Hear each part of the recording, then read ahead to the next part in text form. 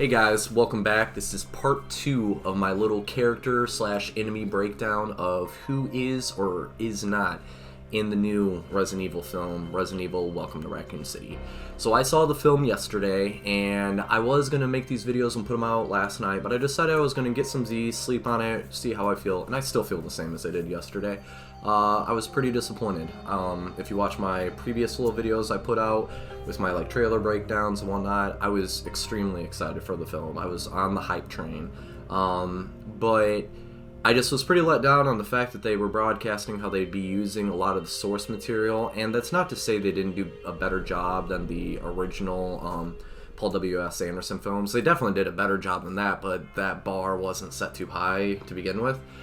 They still changed up a lot, and you know, not everything's bad here. Not everything's bad here, folks, but there's not a whole lot of good either. So moving forward, this is going to be your spoiler warning. We will be discussing things that happen in the film.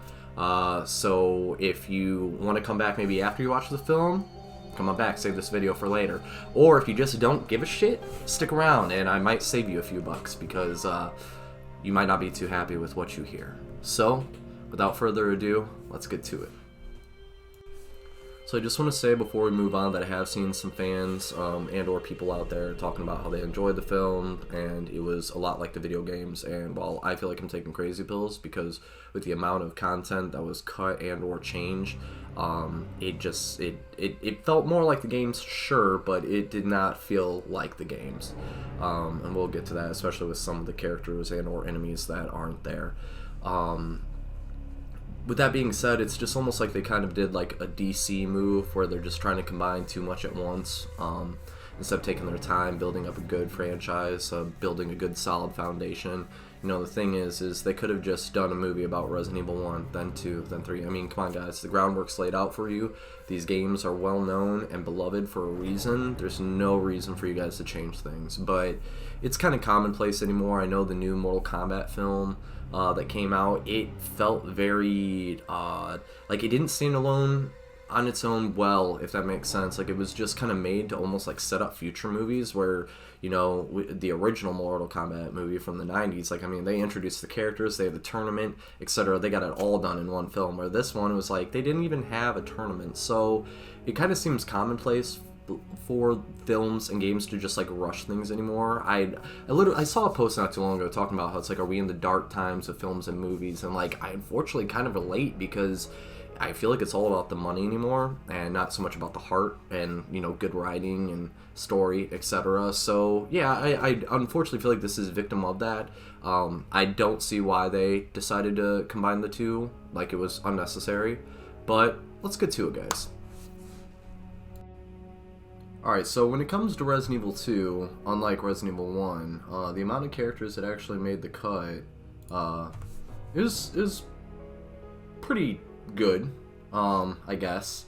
Now, one of them, which we'll talk about, is barely in the film, but they did make it in, so I can't count them out. And then, if you notice Hunk, I did a question mark because there's a sequence where it's a couple of the like Umbrella Merc guards at like an outpost blocking the escape from the city, and they showcase them in their uniform for a little short sequence. It's not much of content, guys. You don't see much of them, but that's why I left it a question mark. It's definitely not Hunk, right? I don't think so, but you do still kind of get to see someone that, you know, in the badass Umbrella outfit, so that was cool, I guess.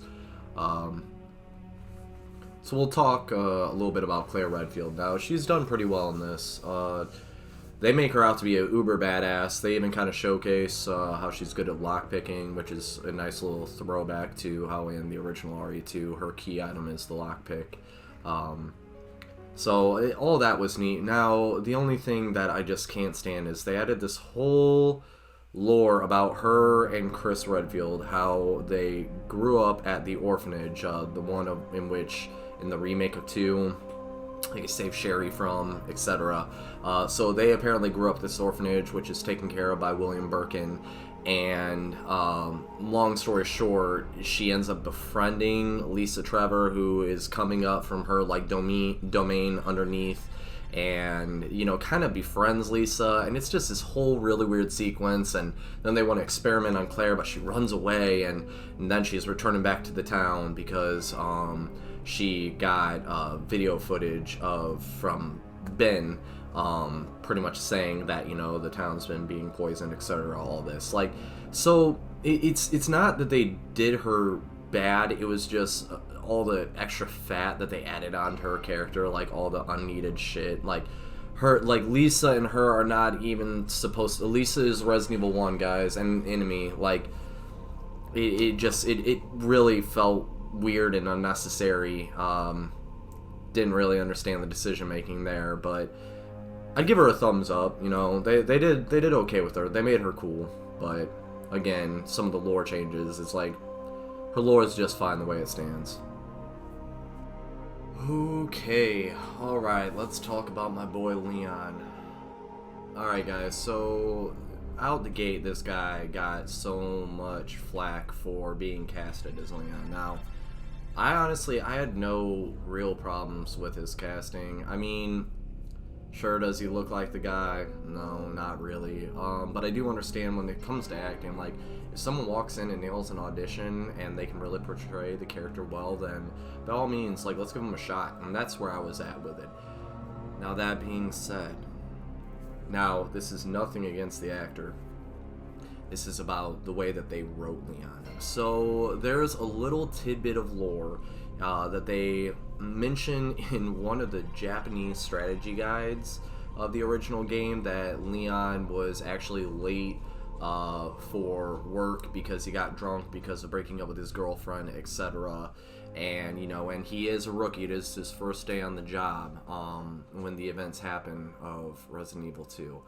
Now, the issue is that they take that idea of him being a drunk, which was a very tidbit of lore that, like, most people don't even know is a thing. They never officially mention that in the video game in any capacity. And even in the remake of 2, they completely cut that out. He's actually called and told not to come, but because he's a badass, he still comes. But in this, they made him out to be like a total dweeb, like almost the whole film. Like, he is almost the comedic relief side character that just sucks the whole film. It's like they read that he's a rookie cop and just wanted to play on that. Like, they even add some shit that when he was in training that he shot his partner in the ass. Like, I was like, what the fuck have they done to my boy Leon? Like, guys, Leon is the counter co-part lead role of Resident Evil 2, who, after all these events, ends up becoming the right-hand man agent of the fucking president of the United States. Like, after you watch this film, there is no way that it's believable that this guy would go on to do those things. Like, and that's the thing. It's like, yeah, he's a rookie in Resident Evil 2, but he performs and is a fucking badass. And that's why it's like, it's believable that these things happen, because he's first day on the job and he pops off like a badass and survives. You know what I mean? Like, you don't go through the whole game being a little bitch. You slay a lot of motherfucking monsters. Okay? So they literally just took this rookie idea and just ran with it, and it was utterly horrible. 2 thumbs down on my boy Leon, and it breaks my heart because that's my favorite character. It's kind of funny, guys, is the further I get into this, the more mad I get about how they did some of these characters. So Sherry, she, as you can see, I could hardly find an image of her because she's not really much of a role in the film at all. You know, she doesn't get infected by William Birkin, all that's thrown away. And she actually spends more time with Jill and Chris than she does with Claire, you know, because that makes sense. It's not like she was the supporting role in Claire's scenario in Resident Evil 2. Why would they do that?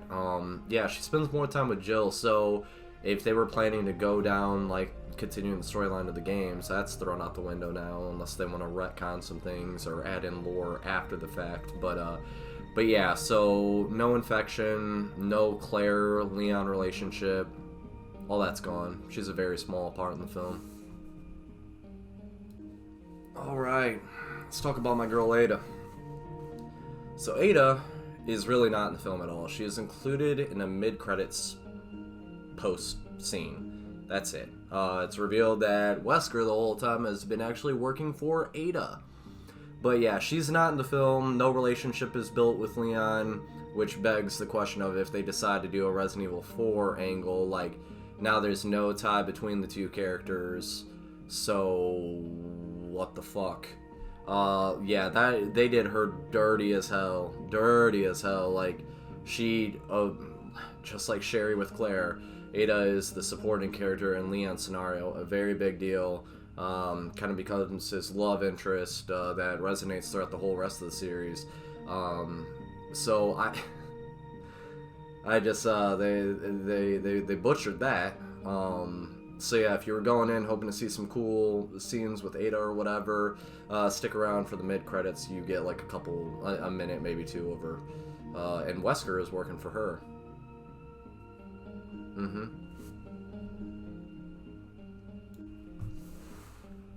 So Ben was done okay, you know, he's just a reporter in jail. He gets got by a zombie. He doesn't have a brutal death like he does in the games. Well, because the issue is most of those enemies are hardly showcased in the film, you know. His Mr. X death from Remake 2 couldn't happen because there's no Mr. X.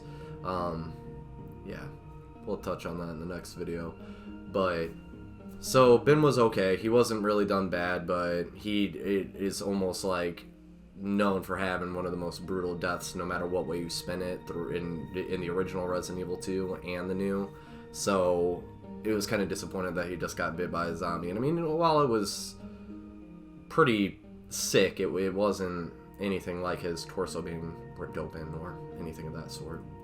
And then we got Annette Birkin, who she barely plays a role at all. She's just more of a, you know, throwaway mom character that, you know, she's in the dark about Birkin's work and all that. Like, she's a very minor role. She's not anything like her counterpart in the video games. You know, researcher, pretty much in on it with Birkin. None of that's a thing.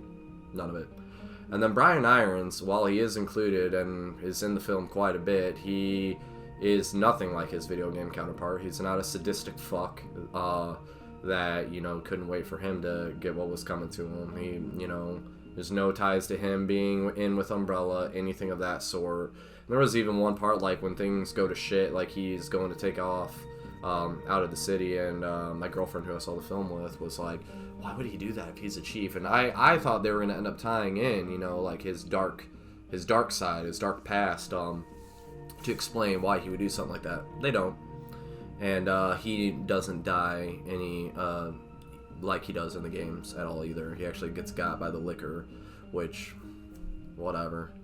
I just really, it was really disappointing because I was kind of excited to see Brian Irons on the big screen, but again, if they would have just made these two games into two separate films, they could have done these characters so much more justice than what we were delivered. As far as William Birkin goes, I'm going to touch on that in the next video. I decided I'm going to do the enemies of Resident Evil 2 for its own video. There's a lot to touch on there, and there was a lot to touch on with the characters of Resident Evil 2, since the cast is pretty big with Resident Evil 2. So, how do you guys feel? Do you guys feel the same way about the characters and whatnot, or do you think they did a good job of portraying them in their own way? You know, sound off in the comments below. If you like what you saw, make sure to give it a thumbs up. If you didn't, that's okay too. Understand, we all have different opinions and feelings, but like I said, I've been a fan of the series since 1998. I grew up with this, so I was really excited for this film, man, but I just feel utterly let down, and I think it all just comes down to the decision of making the first game and the second game into one film. So yeah, if you don't mind and you liked what you saw, make sure to hit that subscribe button below, and be putting out a video here soon about the enemies that are not included in the film. Thank you guys for your time.